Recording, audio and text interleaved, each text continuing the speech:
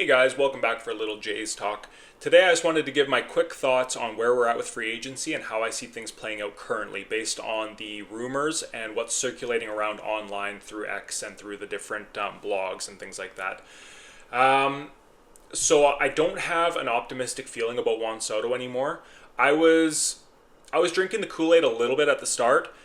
Not so much that I thought necessarily we were going to get him, but that I thought we had a real chance. I still think we're in the market, but just from what feeling I'm getting out there from the reporters is once the final offers are in, I still think Soto goes back to New York and says, "This is what I'm accepting, match it, and I'll sign with you." Something along those lines. I think the tiebreaker is going to be, well, several tiebreakers: the farm system, the going to Canada, all the stuff that we've been hearing about all along. I think one of the New York teams will be willing to match close enough to what Toronto's doing, if not surpass it, and that's where he'll ultimately end up. So I think Atkins will remain in on him until it's finally announced, which hopefully will be in a few days. But from what I'm getting a sense of from the reporters going on all the different talk shows and everything like that, is that the Jays are being very, very aggressive. They're turning over every stone, like they're looking everywhere for upgrades. And the gist that I'm getting is they are very good at one thing. I have to give Atkins and Shapiro credit for one thing, and that is starting pitching. If you look at what free agency is giving to, the Severinos, Kikuchis, those kind of guys that you think of as like what are they, a 3, maybe a 4, in some seasons or even 5s. Like they're inconsistent guys, but they have flashes. They're getting over 20 million a year. So I saw, I think it was that Executive Burner account that said the Blue Jays have 60 million tied up in Bassett, Barrios, and Gosman, and that was used as a negative for the Jays. I'm sorry, but if, say, a Luis Severino or a Yusei Kikuchi is getting 3 years, 63 million, having Kevin Gosman on 2 years and 40 million left is a steal. He is the most consistent, best pitcher out of anybody on the market there, and he's paid similar to what these SP3, SP4s are getting. Bassett's kind of the same way. He had a bit of a down year, so maybe he's starting to be comparable to those guys. But even then, he's comparable to them. He's still, like, going into next year, do you for sure see Chris Bassett being worse than a Severino or a Kikuchi? Absolutely not. They're all in that same, one of them will pitch to a 3.5 ERA, one will have a 4 ERA. Like, the FIPS will be all different. It'll be a bit of luck. It'll be a bit of whatever. But they're in the same general grouping, in my mind, going into the season. And Barrios is younger, healthier than all of them. And he's getting, what is it, like 19 million or somewhere around that 20 million as well. Like, it's just out of all the things that you could get mad at Atkins for, identifying and paying starting pitching has not been it. That is their one strength. Another example of that, $8 million to Robbie Ray. He wins a Cy Young, and then they move on from him. How many GMs have a guy come in and win a Cy Young for you on an $8 million deal and pivot and give essentially the same contract to Kevin Gosman over your own guy? That took nerves of steel, and they clearly identified and saw something in Ray or Gosman or both that said, this is Ray's peak, Gosman still has something left, he's not a fluke. And it turned out to be right? I have no idea what formula they're using there, because the hard-throwing lefty on paper is more desirable than the splitter fastball guy, like the two-pitch righty that had career struggles for the first 8 years of his career. But they saw something, and they were right again.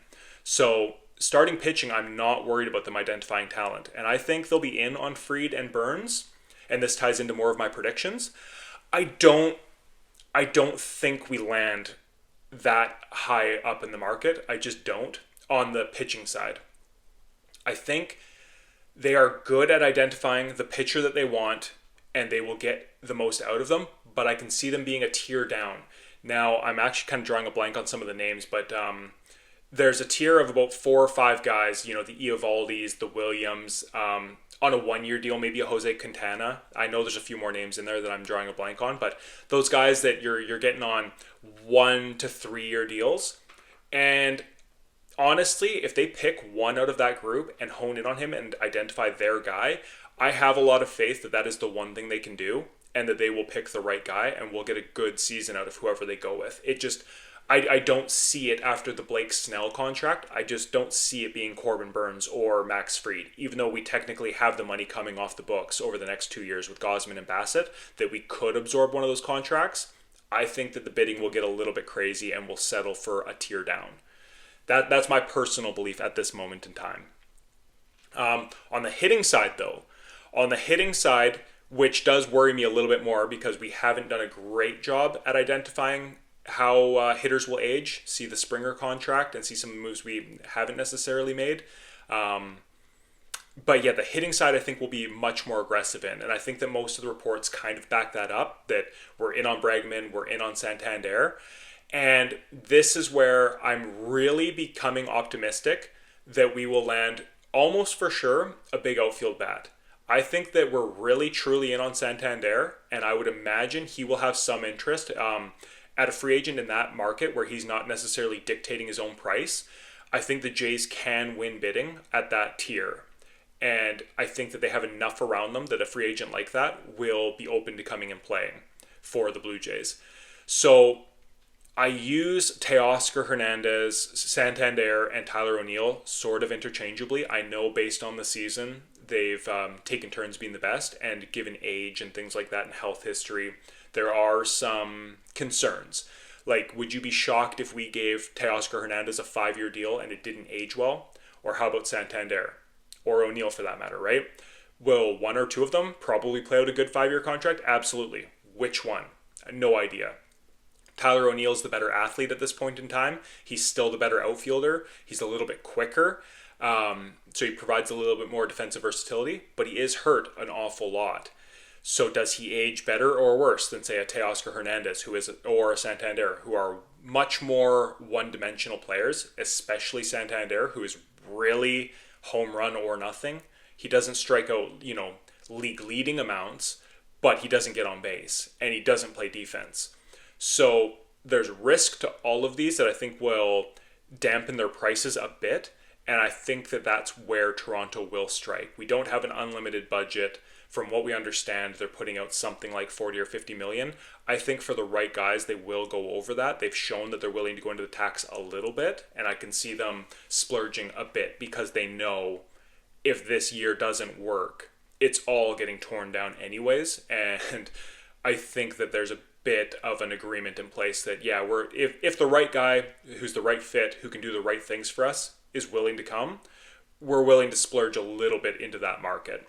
So that's where I see it going now. My prediction is probably a Nathan Eovaldi type on the pitching side. And then I really think we're going to land either like a Bregman, Santander, Teoscar, or O'Neill. One of those 4 bats.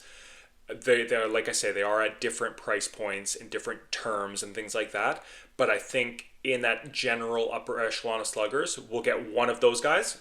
And then I think there will be some surprising moves that are more off the radar. They're down the list. They're guys you don't necessarily think of off the top of your head. The fit might not be perfect on paper, things like that, where all of a sudden maybe Horwitz is playing a bit of a second base, or Wagner's traded or something like that, like a surprising move. I don't want to speculate on what that is, but I think there will be definitely more moves than those two, but those will just be the big ones. Anyways, let me know what you guys are thinking in the comments. What kind of vibe are you getting out there right now on the Soto front as well as the other big free agents? Are you buying any of it, or do you think that we're just being strung along and nothing's going to happen? I'd be curious to hear from all you guys, so let me know in the comments, all right? Talk to you soon.